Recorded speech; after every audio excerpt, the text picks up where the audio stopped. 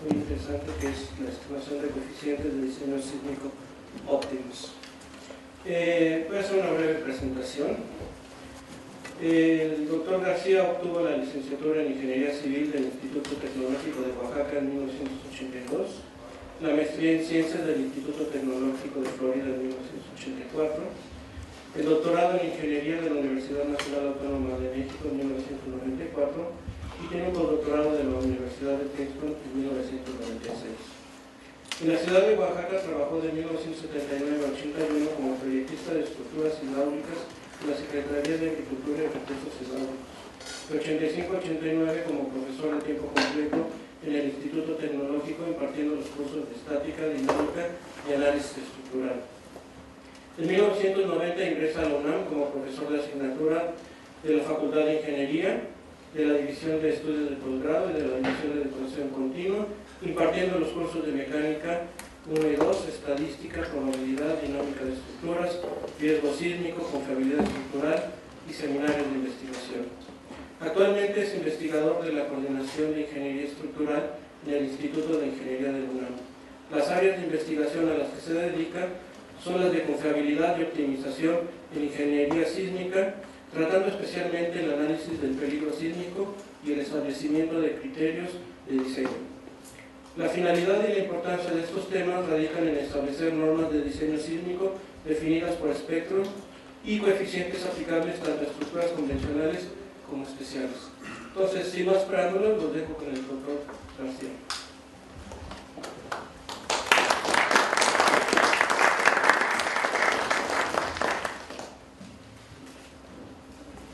Gracias, muy amables. No he hecho nada y ya me están aplaudiendo y ya parezco político. Yo creo que son tiempos electorales. Bueno, la plática del día de hoy, como ustedes se han enterado, se llama estimación de coeficientes de diseño sísmico óptimos. Óptimos desde el punto de vista que se balancee tanto los costos iniciales como los daños ocasionados por los temblores. Y para esto vamos a situarnos.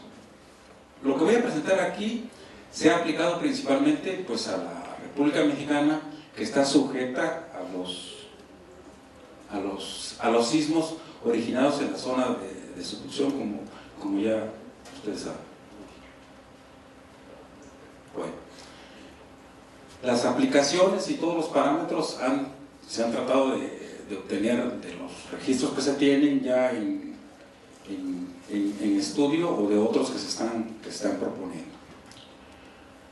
Como todos sabemos, pues, las fuerzas laterales que se necesitan para los reglamentos se expresan a través de coeficientes de diseño sísmico, generalmente como una ordenada espectral normalizada por la gravedad, y uno recurre, dependiendo de los periodos fundamentales de la estructura, y pues lee en el espectro de diseño cuál es la ordenada en la cual deberá diseñar su estructura.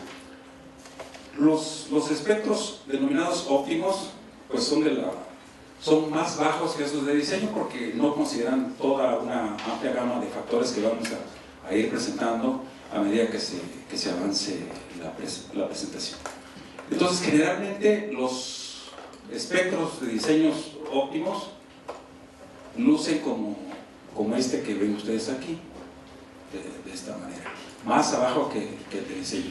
Bueno, este es el objetivo, calcular esos coeficientes para tener los espectros. Todo este planteamiento se basa en algo que se conoce con el nombre de teoría de decisiones. La teoría de decisiones ya es pues muy antigua y llevada al problema de la ingeniería sísmica. Aquí en México, pues tanto el doctor Rosenbluth en el 64 como el doctor Esteban en el 68 sentaron las bases para poder encontrar esos coeficientes. Y como les decía al principio, es un balance entre los costos, aquí representados este primer término, costos iniciales de la estructura o los daños ocasionados por los temblores. para un parámetro que en este caso es la C de diseño. Hay en la literatura una amplia gama de funciones que expresan tanto el costo inicial. Nosotros hemos tomado una como la que está aquí, en donde se trata de incluir pues el costo inicial de la estructura y unos parámetros los cuales definen el tipo de estructura que se está utilizando.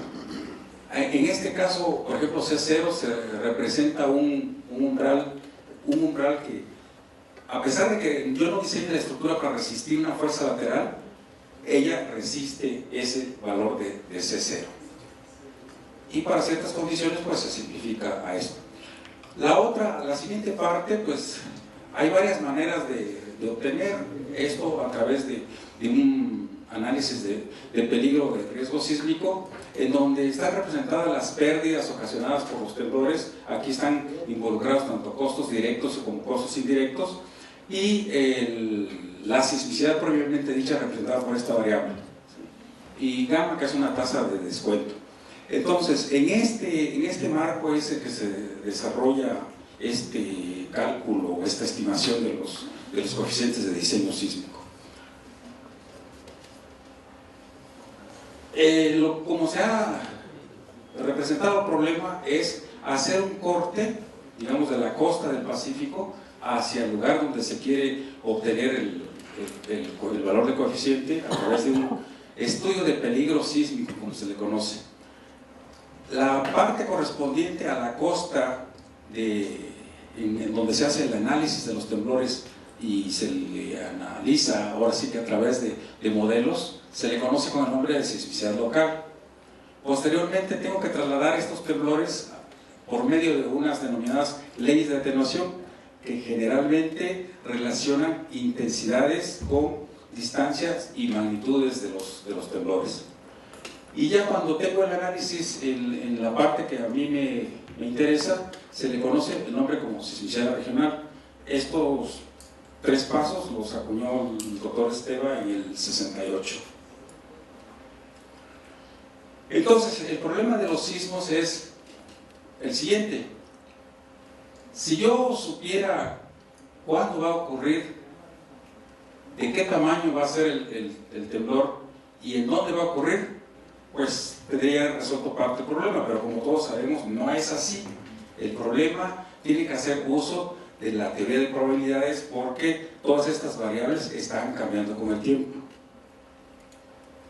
Entonces, la primera parte correspondiente a la sismicidad local es tener este tipo de modelos en donde se involucran los dos tipos de temblores, unos que se les conoce como actividad de fondo y los otros como temblores característicos. En la literatura hay distintos modelos, los cuales se representan a través de la tasa de excedencia, que como se lee es el número de veces que se excede una determinada magnitud para el caso de la sismicidad local. Estas son las formas de los modelos, hay distintos en la literatura. Y ya una vez aplicada las leyes de atenuación que comentábamos, podemos tener modelos de sismicidad regional, los cuales, al igual que en la gráfica anterior, relacionan el número de veces que se excede una determinada intensidad, representada aquí por Z, en donde también pues, se tiene la parte correspondiente a las actividades de fondo y a los temblores característicos. Para este tipo de temblores también hay distintos modelos los cuales se pueden emplear. Entonces viene el problema de la optimización, en donde, como ya dijimos, está aquí representada por la suma de estos dos costos, con estas expresiones que ya expliqué. Y en el caso de que se involucre un área, pues se representa aquí por alguna nueva variable y que cambia un poquito la expresión, pero las pérdidas pues, están representadas en este caso por L de Z. Los valores óptimos pues, se encuentran como sabemos de muchos problemas de la literatura, en los cuales pues, o se traza de una manera gráfica, como en este caso, y el valor mínimo pues, corresponde al óptimo del parámetro que se esté buscando. En la búsqueda de métodos los cuales nos ayudarán a encontrar estos valores óptimos, recurrimos a lo que se le conoce como algoritmo genético, Entonces se hace una analogía, como ustedes ven ahí, en donde de la biología pues, se toman procesos los cuales son la evaluación de la adaptación, la selección, cruza y mutación. Debido a que pues, se maneja una gran cantidad de datos, entonces es conveniente recurrir a este tipo de herramientas, las cuales hacen más fácil la solución. Entonces lo que en la biología le conocen con el nombre de cromosoma, aquí es lo que nosotros le llamamos una región, lo que le llaman ellos genes son celdas en las cuales se divide esta región, y los alelos son las distintas asignaciones que se hacen de esas celdas para poder llegar a los valores óptimos que andamos buscando.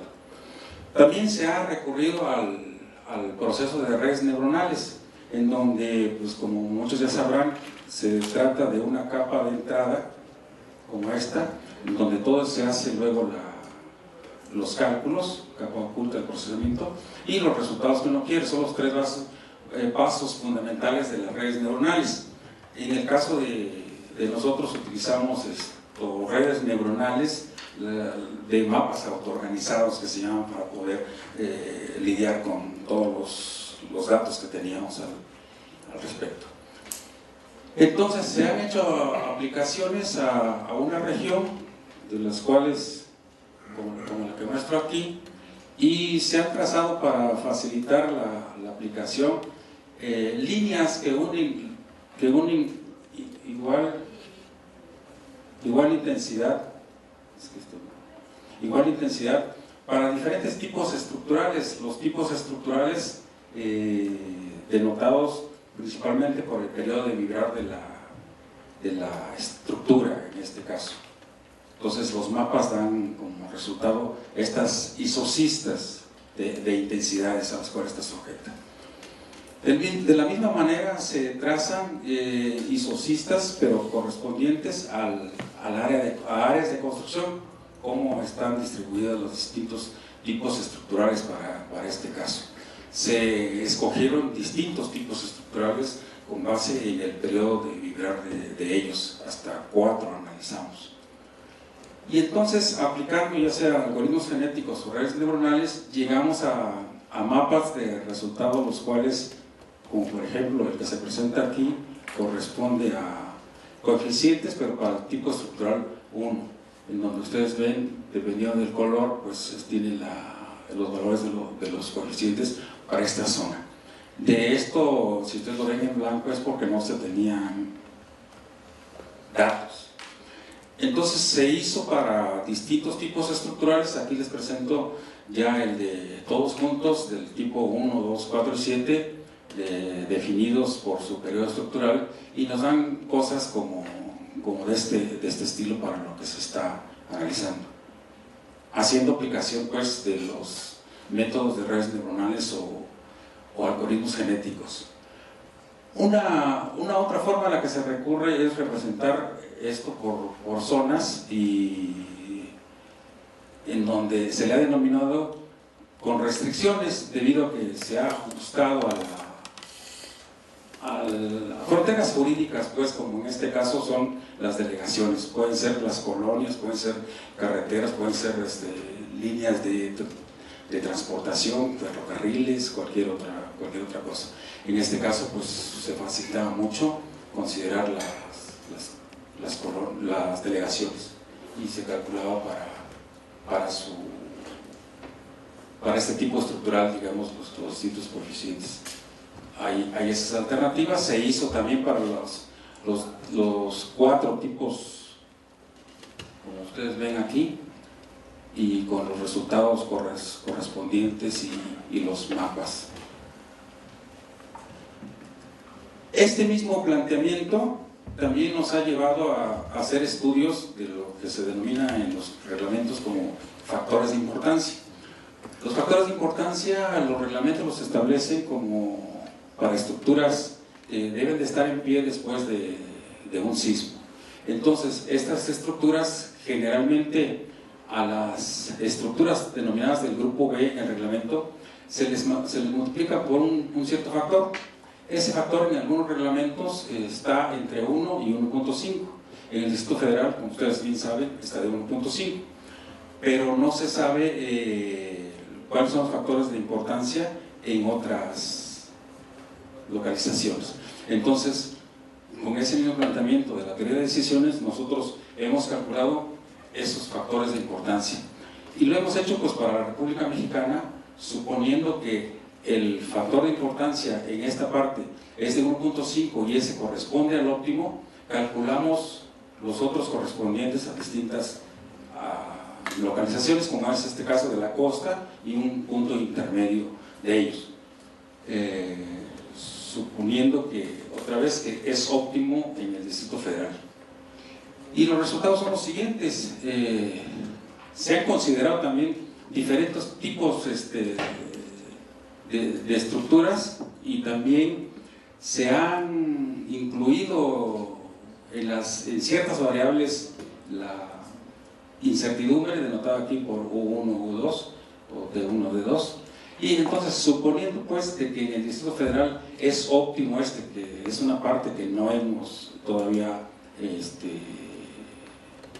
estudiado, calculamos los correspondientes a un sitio intermedio y a un sitio cercano a la costa del Pacífico. En general las tendencias es de que estos valores son menores al correspondiente al Distrito Federal, de acuerdo al planteamiento que hemos nosotros presentado. Bueno, y con este mismo planteamiento también, dado que yo les mostraba ahí las pérdidas y las pérdidas correspondientes, directas o indirectas, se tiene en la parte de pérdidas indirectas, como ustedes ven ahí, una evaluación en la literatura en el cual se trata de evaluar el costo que tendría para la sociedad una inversión para preservar una vida humana. O sea, cuando ocurren los sismos es muy fácil contabilizar las partes correspondientes a los costos directos, porque hago una ubicación o un planteamiento y ya pues ya sé por cuánto debo de multiplicar. Pero para el caso de que las pérdidas ya no sean materiales, se tiene muy poco en la literatura. De ese poco que se tiene en la literatura, hay un planteamiento que se denomina el capital humano. El capital humano lo que hace es que toma variables como son el consumo, los ingresos, los gastos o la contribución al Producto Interno Bruto de un individuo. Dentro de esos planteamientos, para llegar a obtener esos valores, es necesario también tener consideraciones de los legados o herencias que dejan las personas, o la consideración de seguros de vida. Para estos planteamientos, este es el primer planteamiento y empieza desde 1849 a estudiarse en distintas áreas, medicina y todo eso. En la parte de ingeniería civil y sísmica en particular, es hasta 1987 con el doctor Emilio Rosenbluth en un artículo donde hace referencia a este planteamiento y a la necesidad de encontrar ese valor para que los valores de coeficientes, que al final de cuentas es lo que nos interesa, sean lo más cercano, pues, que consideren otras cosas. Como se vio que era muy rudo tratar de evaluar a través del capital humano, donde, visto de otra manera fría, lo que se hacía era ponerle un valor monetario a este planteamiento, se ha recurrido a otro tipo de planteamientos, como es el que está aquí, de disposición a pagar o a aceptar. Es decir, preguntarle al individuo cuánto está dispuesto él a pagar o aceptar algo. Por ejemplo, un bien, cuando yo lo quiero comprar, si yo quiero comprar un bien, ofrezco una cierta cantidad, pero el vendedor también me ofrece una cierta cantidad, y en general la cantidad que ofrece el vendedor es mucho más alta que la que yo voy a ofrecer, pero debe de llegar a un punto de conciliación donde yo pueda pues cruzar los valores. Ahora, estos estos planteamientos denominados de disposición a pagar o a aceptar tienen valores muy dispares cuando son riesgos muy altos. Afortunadamente, para lo que nosotros pretendíamos en riesgos muy pequeños, dan valores muy similares. Dentro de la literatura también hay algo que se llama calidad de vida. Las personas de la Universidad de Waterloo han diseñado un índice de calidad de vida en el cual toma en consideración también este tipo de pérdidas. Nosotros hemos indagado sobre las primeras, una parte, y estamos desarrollando ahora esta parte de disposición a pagar o disposición a aceptar para evaluar esas pérdidas. Entonces, en el capital humano lo que hemos hecho, bueno, y esta es una sugerencia que hizo Emilio Rosenbluth desde 1974 en un artículo, donde él decía que lo que debería de considerarse es la contribución al Producto Interno Bruto. Entonces se desarrolla a partir de conceptos de confiabilidad estructural, y la contribución al Producto Interno Bruto, aquí denotada por WDT, con una tasa de descuento, con una tasa de crecimiento del Producto Interno Bruto a través del tiempo, la esperanza, el valor presente de esas cantidades, denominadas aquí por W, que es la riqueza, hace que uno llegue a expresiones de este estilo, donde esa confiabilidad tiene como base el cálculo de la mortandad. Entonces, teniendo todos estos como datos, es posible pues llegar a determinar cuál es el valor del capital humano que tenemos aquí. Entonces, haciendo uso de datos que nos proporcionó el INEGI, que estos son datos correspondientes a 2008, se trazaron curvas como las que ustedes ven aquí, en términos de la edad del individuo, la tasa de mortandad, y nos dan cosas de este estilo. Esta sí es una curva final, la cual considera hombres y mujeres y por año y por todo esto. Aquí, como ustedes pueden notar, hay una pequeña parte donde se ve pues que a determinada edad los infantes mueren mucho más, y a una determinada edad esto cambia para llevar algo más como lo que nosotros esperamos. Estas son las curvas de tasas de mortandad que se necesitan para calcular el capital humano. Entonces, si uno hace uso de esta expresión, está aquí, entonces lo que tiene es que llega a curvas, llega a curvas de este estilo, en donde se tiene para la distinta edad, en términos de años, la contribución al Producto Interno Bruto. Como ustedes pueden observar aquí, en estas dos colitas, tanto en esta, pues la que más produce pues es entre este rango de edades, lo cual por eso es el planteamiento del capital humano se hace hasta cierto punto pues deleznable, debido a que en términos fríos analizar la parte correspondiente, debido a que estos son pues niños y adolescentes, pues no contribuyen, entonces están muy abajo. Y por el otro lado, las personas ya adultas pues están en esta parte, y pues también. Entonces eso pues trae lógicamente un problema ético, ¿no?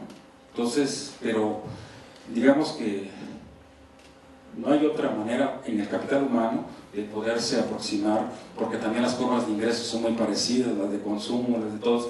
Entonces se va a encontrar este tipo de comportamientos. Si uno realiza el cálculo de la integral, llega a determinar cuál es el valor SW en miles de dólares, y pues otra vez, entre este rango de edades hay valores que son menores y otros que son mayores, pues porque esto pinta pinta bastante. Para este caso, estos son datos del INEGI, o sea, son datos para México, se llega a determinar que de una manera gruesa el valor máximo es de $45,000. Esto, si uno lo hace para otros tipos no para otros tipos, sino para otros países, estos valores obviamente cambian mucho porque lo que está influyendo es la contribución al Producto Interno Bruto. Y estos valores se levantan pues entre 10 y 12 veces más que esto. Una de las interpretaciones que podría hacerse a estos resultados es que, digamos, si esta curva es para mexicanos y las otras 10, 12 veces son para daneses o alemanes o todo, pues ellos valen más que nosotros o nosotros menos que ellos, o como ustedes lo quieran ver, pero eso es lo que hace que se esté abandonando cada vez más este tipo de planteamientos. Ya casi no, ya en la literatura ya casi no se utiliza. Por lo que respecta al otro, a la disposición a pagar, desde 1987 Emilio Rosenbluth hace un planteamiento de unas curvas como la que ustedes ven aquí. La diferencia de estas curvas, bueno, a estas curvas se les conoce con el nombre de curvas de utilidad. Son curvas de indiferencia que se tratan en la literatura y son tan antiguas como von Neumann y Morgenstern, de las propusieron en 1943, en un libro ya famoso que se llama Teoría de Juegos. Entonces las formas de las curvas que se han propuesto son de esta manera. Otro problema que se ha enfrentado es que W representa la riqueza del individuo. W mínima es el valor mínimo con el cual un individuo pues ya sobreviviría. Entonces tener un comportamiento de este estilo quiere decir que pues a un determinado valor de W pues no se siente ningún aprecio por la vida y empieza a crecer luego. Entonces se ha sugerido que este valor mínimo de W mínima correspondiente en términos de la utilidad sea pues un cierto valor y que de ahí empiece a crecer la curva. Es decir, que el individuo, por el simple hecho de estar vivo, tenga una cierta utilidad. Las curvas lucen de esta manera, muy parecidas también son a aceptar que hablábamos anteriormente. Como a la hora de que un individuo fallece, hay un impacto, no solamente personal, como que ahora se está tratando de cuantificar, sino también un impacto colectivo. Es decir, cuando ocurre el temblor en Irán, por ejemplo, pues no decimos, bueno, pues ocurrió en Irán y está lejos y son los iraníes, ¿no? Cosas así. Si inmediatamente uno lo traslada a México y dice, bueno, si ocurrió allá y murieron tantas personas, hay un impacto personal en cada uno de los individuos. Hay varios estudios en la literatura para poder medir ese impacto personal. Y también el impacto social. El impacto social por ahora no lo presento porque no le hemos entrado, porque estamos en esa fase. Entonces, a las curvas correspondientes que les mostré anteriormente, en donde se tiene una utilidad máxima, una utilidad mínima, hay una desutilidad por ese impacto personal que se mide en un sentido negativo representado en estas curvas. Hay propuestas para cómo medir este impacto personal, pero todavía está en términos de investigación. Las curvas estas pudieran tener ciertos requisitos. W representa la riqueza del individuo, lo cual quiere decir que una utilidad con valor cero quiere decir que el individuo pues no existe o falleció porque es menor que este valor mínimo que se necesita y es de cero, pues ya falleció pues. Entonces hay otra serie de condiciones las cuales se tienen que cumplir para este tipo de curvas, como esta, que el individuo tiene una capacidad finita de sentir felicidad, o como estas que son cóncavas las curvas y hay otros conceptos como la propensión o la aversión al riesgo. Esas curvas que yo les mostré, todas son para aversas al riesgo, o sea, las personas, como el decisor va a tomar la decisión, en general se toma en consideración que el decisor tiene aversión al riesgo. Como todos sabemos, existen personas las cuales toman riesgos muy altos a veces en el transcurso de su vida. Las tendencias de la teoría de las decisiones es, se me olvidó mencionarlo, pero en la parte de la obtención de los coeficientes como está ahora, la curva es plana, pues, porque, bueno, plana en el sentido que es neutra, en el sentido de que no toma en consideración cuál es la preferencia del decisor, y eso está bien hasta ciertos niveles, pero en el caso de evaluar este tipo de pérdidas sí es altamente recomendable utilizar la forma de las curvas representadas como estos requisitos que yo les doy. El problema que se ha enfrentado ahora es de cómo obtener los parámetros que nos definen esas curvas, porque se tienen que hacer muchas encuestas, porque pues el ser humano afortunadamente somos diferentes, y se han tratado de ver ese tipo de obtención de coeficientes de tal manera que se hagan ensayos teóricos. Una vez propuestas las curvas de utilidad, como les mostré, se puede diseñar loterías, se le llama, en las cuales se haga una valoración, por ejemplo, de un individuo y que se le proponga una cierta inversión, como dice ahí, o qué ingreso adicional podría tener a la hora de que invierta en algo con cierta probabilidad.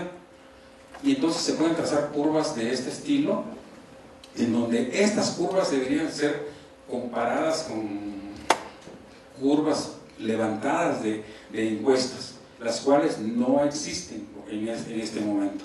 Entonces se han hecho propuestas y los resultados numéricos que ustedes ven, pues son esto. Falta mucho en términos de curvas, y como ustedes han visto, aquí les he propuesto, o les he mencionado única y exclusivamente una curva, y lo que uno puede decir es que el individuo está cambiando constantemente, porque nosotros cambiamos constantemente a la hora que estamos tomando decisiones y podemos tomar una u otra decisión, y eso no se ve reflejado en estas curvas. Como primera aproximación, se ha llegado a la conclusión de que este factor L, pues, de la pérdida para valores pequeños puede tender al cociente correspondiente a la curva de utilidad y su derivada. Se han trazado curvas, otra vez en función de esta W mínima, porque esta W mínima, a diferencia que diga lo que diga el exsecretario Cordero y ahora senador, que con 6,000 pesos pues ya la hizo, no es así de tan fácil de obtenerla. Entonces estamos trabajando todavía en esta parte. Lo hemos representado todo en estos términos y se han trazado curvas, las cuales con base en este cociente se han determinado factores por los cuales debería de multiplicarse esta riqueza del individuo. Como primera instancia se han tomado los valores correspondientes al capital humano que ya se tiene. Entonces, con base en eso se han hecho aplicaciones para sitios, otra vez de la República Mexicana. Se han tomado valores de algunos estudios y se han llegado a determinar los coeficientes óptimos, ahora incluyendo esa parte de costos indirectos como un valor en el cual estaría dispuesto la sociedad a invertir. Para distintos cocientes de WW mínima, donde otra vez es la riqueza, se tienen esos factores y se calcula el valor que se incluye para esas pérdidas indirectas, y haciendo la teoría de decisiones, pues, de optimización, se han llegado a obtener estos valores óptimos. Son de este estilo, que no son tan irracionales, digamos, con lo que se tiene ahora. Entonces, ya como comentarios finales, quiero decir lo siguiente. Entonces, la finalidad de esta plática fue presentar algo de coeficientes óptimos y en especial atendiendo a los planteamientos de peligro y riesgo sísmico. Se ha hecho uso de algoritmos genéticos y redes neuronales para resolver estos problemas. La parte en la que se está trabajando ahora es la estimación de esas pérdidas indirectas tomadas como la cantidad que está dispuesta la sociedad a invertir para preservar una vida humana. Ahora, la parte de la investigación va hasta algo que le hemos denominado como curvas evolutivas. Por lo que acababa de mencionar hace un momento, todas estas curvas son estáticas y es necesario incluir la variable tiempo para poder pues, tomar en consideración el fenómeno un poquito más completo. ¿Sí?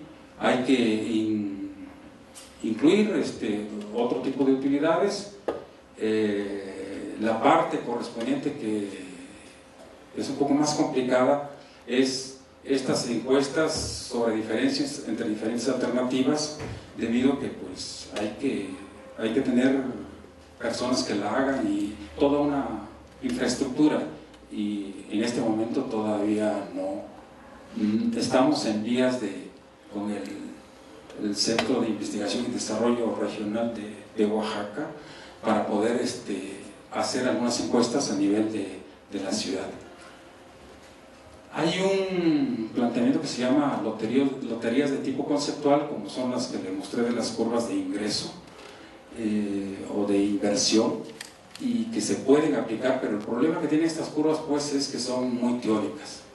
Hay otro tipo de planteamientos, como son los denominados ejercicios Delfius. En todas estas partes ahorita estamos en vías de investigación y estamos desarrollando, pero pues ese es el panorama general que quería platicarles de lo que hemos trabajado en lo que se refiere a obtención de coeficientes óptimos, y como segunda parte lo correspondiente a las pérdidas. No sé si tengan algunas preguntas.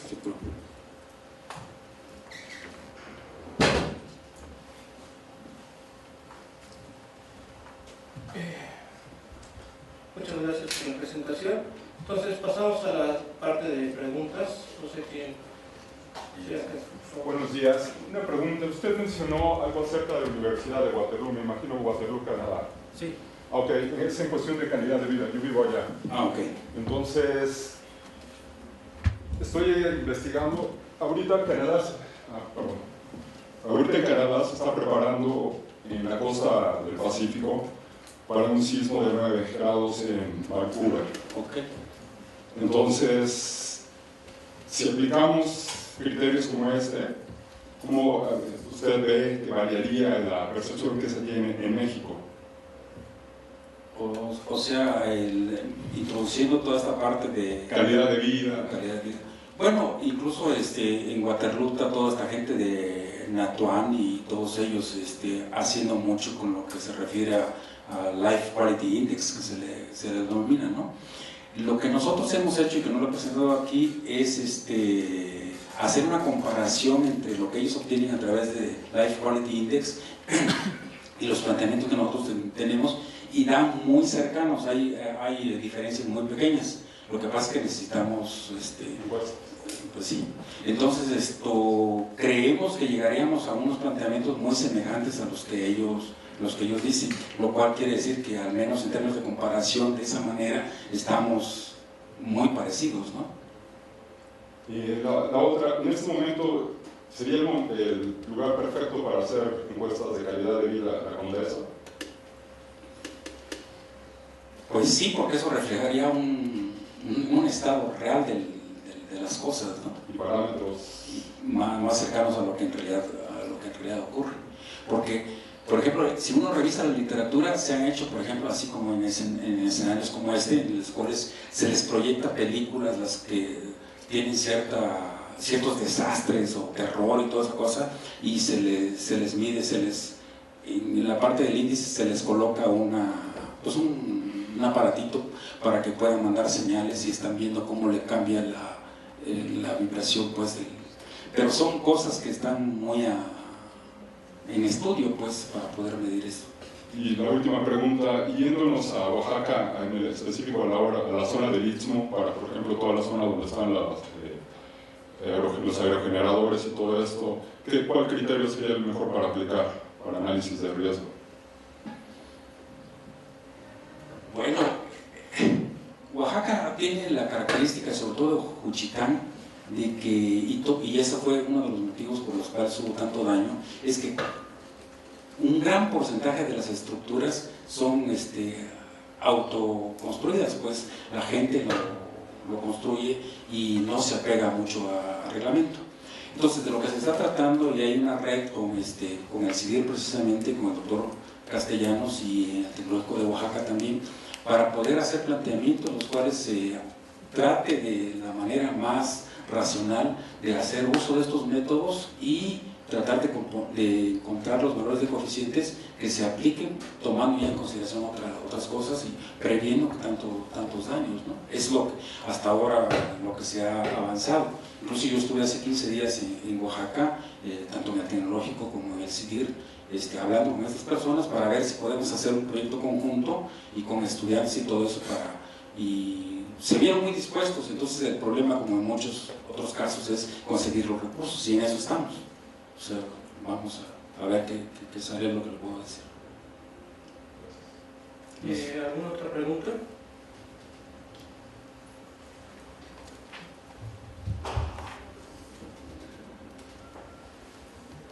¿Alguien más?